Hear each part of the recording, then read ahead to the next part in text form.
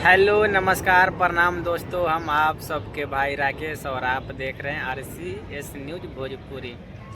दोस्तों, भोजपुरी में एक बात बोले हैं खेसारी लाल यादव जी, और वो बात बिल्कुल सही है। भोजपुरी में अगर सबसे ज़्यादा किसी को टच किया जाता है, सबसे ज़्यादा अगर किसी को टारगेट किया जाता है तो खेसारी लाल यादव जी हैं। क्या बोले हैं, पहले आप लोग वीडियो को देखिए, फिर आगे हम आप लोग को बताएंगे।